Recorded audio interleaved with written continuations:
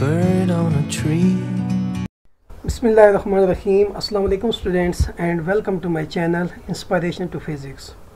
Student last lecture में हमने जो कि हमारा लेक्चर नंबर 5 था उसके ए पार्ट में हमने सब एटॉमिक पार्टिकल्स को डिस्कस किया था और हम सर्टन स्लाइड्स डिस्कस कर चुके हैं, कंटेंट्स ऑफ टॉपिक्स को भी डिस्कस कर चुके हैं, व्हाट आर सब एटॉमिक पार्टिकल्स ये डिस्कस किया, view of uncertainty principle about सब एटॉमिक पार्टिकल्स को डिस्कस किया, क्लासिफिकेशन ऑफ सब एटॉमिक पार्टिकल्स में हमने एलिमेंट्री पार्टिकल्स को और कंपोजिट पार्टिकल्स को डिस्कस किया।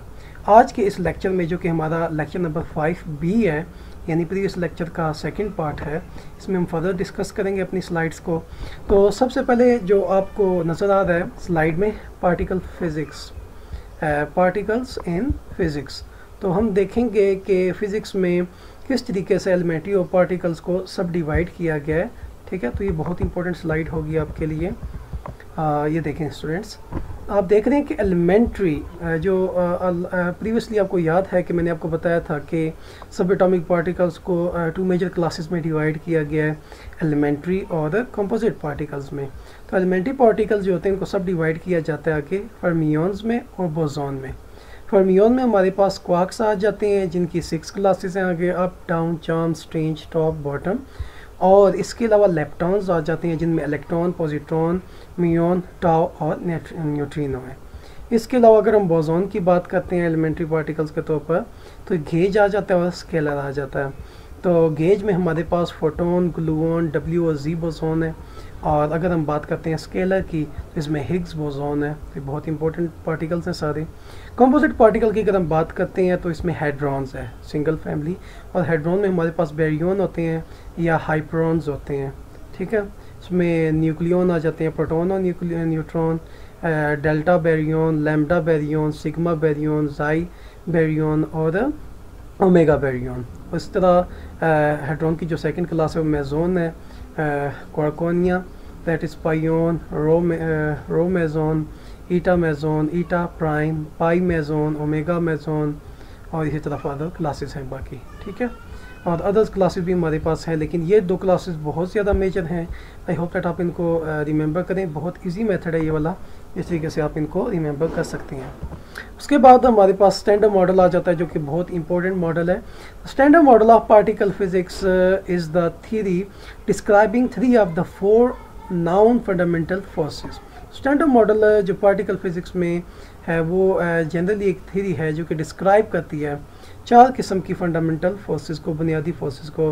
The first one is electromagnetic, the second one is week and strong interaction हो गई है 3, and not including the gravitational force, और इसमें जो है ग्रेविटेशन फोर्स इंक्लूड नहीं है। ठीक है, in the universe, as well as classifying all non elementary particles, और इसके अलावा इसने सारे एलिमेंट्री पार्टिकल्स को क्लासीफाई भी किया। It was develop in the stages throughout the latter half of the 20th century. तो ये तकरीबन 20वीं सदी के हाफ में, यानी आधी गुजर चुकी थी सेंचुरी, तब ये डिस्कवर हुए, ये स्टैंडर्ड मॉडल सामने आया। Through the work of many scientist around the world with the current formulation being finalised in the mid 1970 upon the experimental confirmation of the existence of the quarks.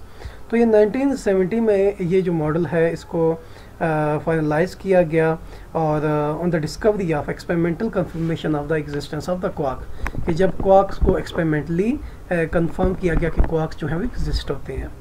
Since then confirmation of the top quarks 1995 में top quarks जो हैं वो सामने आया। ठीक है, the tau neutrino 2000 में and the Higgs boson 2012 में have added further credence to the standard model, और ये भी फिर बाद में स्टैंडर्ड मॉडल में ऐड हुए। In addition, the standard model has predicted various properties of the weak neutral currents and W and Z bosons with a great accuracy।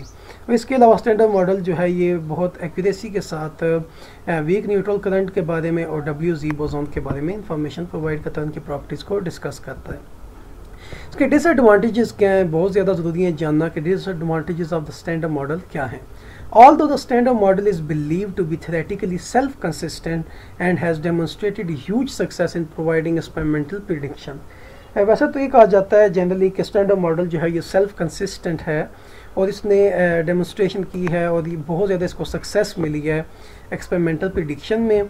It leaves some phenomena unexplained, लेकिन इसके बावजूद इसने कुछ phenomena को explain नहीं किया and falls short of being a complete theory of the fundamental interaction.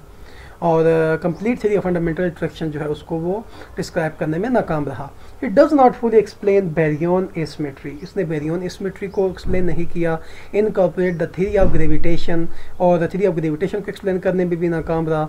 As describe by the general relativity, और theory of gravitation को जनरल रिलेटिविटी ने डिस्क्राइब किया है। और account for the accelerating expansion of the universe, और इसके अलावा accelerating expansion of the universe के बारे में भी आइडिया नहीं दिया। As possibly describe by the dark energy, जिसको पॉसिबली डिस्क्राइब किया है डार्क एनर्जी ने।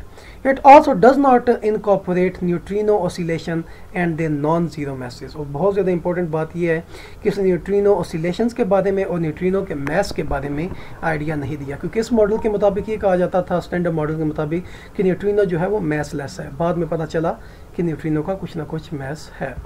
तो incomplete description of the universe, the standard model has been found to agree with the almost all the experimental tests conducted to date। standard model जो है ये agree करता है जितने भी एक्सपेरिमेंटल टेस्ट हैं उनके साथ, ठीक है। However, most particle physicists believe that it is an incomplete description of the nature, लेकिन बहुत सारे पार्टिकल फिजिक्स ये बिलीव करते हैं कि ये नेचर की इनकम्प्लीट डिस्क्रिप्शन है, ये नेचर को कम्प्लीटली डिस्क्राइब नहीं करता। And that a more fundamental theory awaits discovery, और एक और ज़्यादा बुनियादी थ्योरी जो है वो उसकी डिस्कवरी की ज़रूरत है, जो कि अब डिस्कवर हो चुकी है, जिसको हम कहते हैं theory of everything. So in recent years, measurement of the neutrino mass have provided the first experimental deviation from the standard model। recent years में जब न्यूट्रिनो के मैस को देखा गया तो वो डेविएट करता है स्टैंडर्ड मॉडल से। स्टैंडर्ड मॉडल में ये कहा गया था कि न्यूट्रिनो मैस लेस है, जबकि इसका मैस फाइंड किया गया और कुछ ना कुछ मैस इसका है। So neutrino was massless in the standard model. I hope that आपको आज का लेक्चर पसंद आया होगा। हमारे चैनल को लाजमी लाइक और सब्सक्राइब करें ताकि आपको इसी तरह की अच्छी अच्छी वीडियोस मिलती रहें। तब तक अपना ख्याल रखिएगा। अल्लाह हाफिज़। Thank you.